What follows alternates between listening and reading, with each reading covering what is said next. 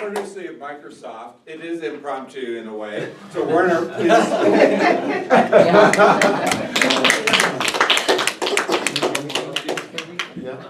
You should have come to visit me in 1972. It so happens in 1972, we lived in Reston, Virginia, a suburb of Washington, D.C. And you all know what a beautiful area that is, beautiful town, Washington, D.C. We had lots of people who call us, say, can we come and visit you? I said, sure, come on over, we'll show you around. And we did. There's so many places to see there, you'd never run out of places to show our visitors. The first place that we always used to take our visitors was to go to the Kennedy Center. I don't know if some of you have been there, but it's a beautiful, huge building right on the Potomac River. It has 3 different concert theater, opera house, and an Eisenhower Theater. When you walk into the building, there's an enormous foyer. It must be 30 feet high, beautiful chandeliers with the bust of John Kennedy right in the middle down the side. Red carpet. I mean, there's so many things to see there. Up on top, there's a wonderful restaurant.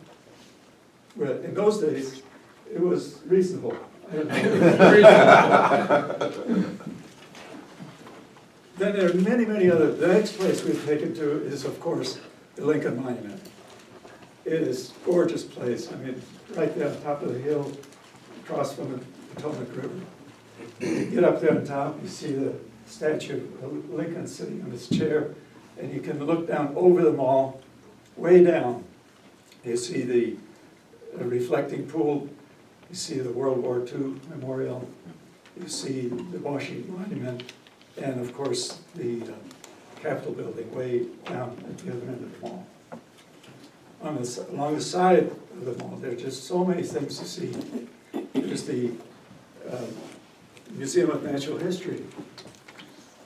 There's big Tyrannosaurus Rex. In those days, I don't know if it's still there, sitting right outside the museum, and our kids used to love to climb on top of it. Dinosaur. It's huge. I think nowadays people would be worried about the kids falling off of there, but in those days, we knew they were okay. Next is the National Art Gallery. Everything you can imagine there. Rembrandt, Picasso, it's all there.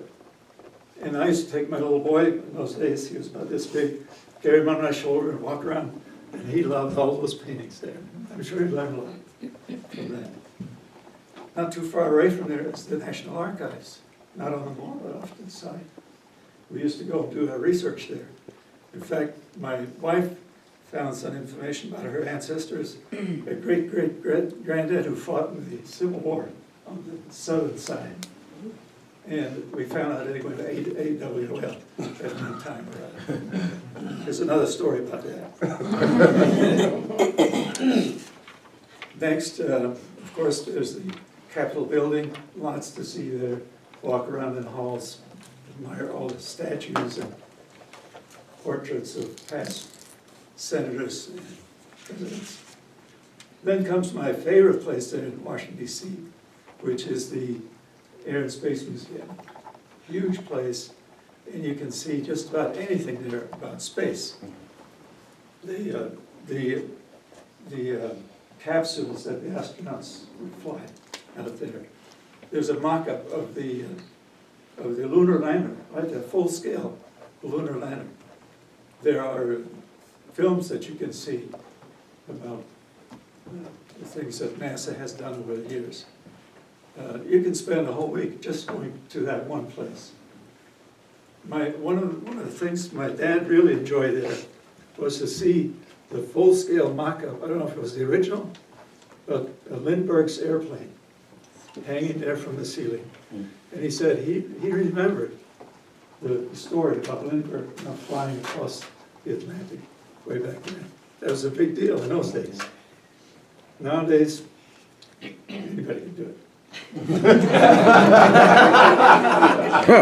Not on Lindbergh's airplane. So you come around back to some of the other art galleries that are on the mall. And there's other monuments to see as well. The Jefferson Memorial, not too far away. A beautiful, imposing structure there with Jefferson standing up in the building. There's the pool nearby with the cherry blossoms all around the pool. And of course, when you live there, you can pick the time when you go there when you see the cherry blossoms blooming. And they are just really, really beautiful. And it's always interesting to see who else is walking around. We saw Senator Fulbright at one day. He's the one whose scholarship is named after.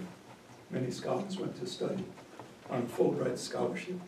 And other some not so interesting politicians. So there's just many more things to talk about the Washington, D.C. area. And I think I need another speech some other day to talk about what else is there in D.C., in the D.C. area, and outside of the D.C. area. But going back to getting visitors, we've lived here in Colorado for about 35 years now. We still get calls. Can we come and visit you sometime? So next speech will be about all the beautiful things that we have here in Colorado Springs.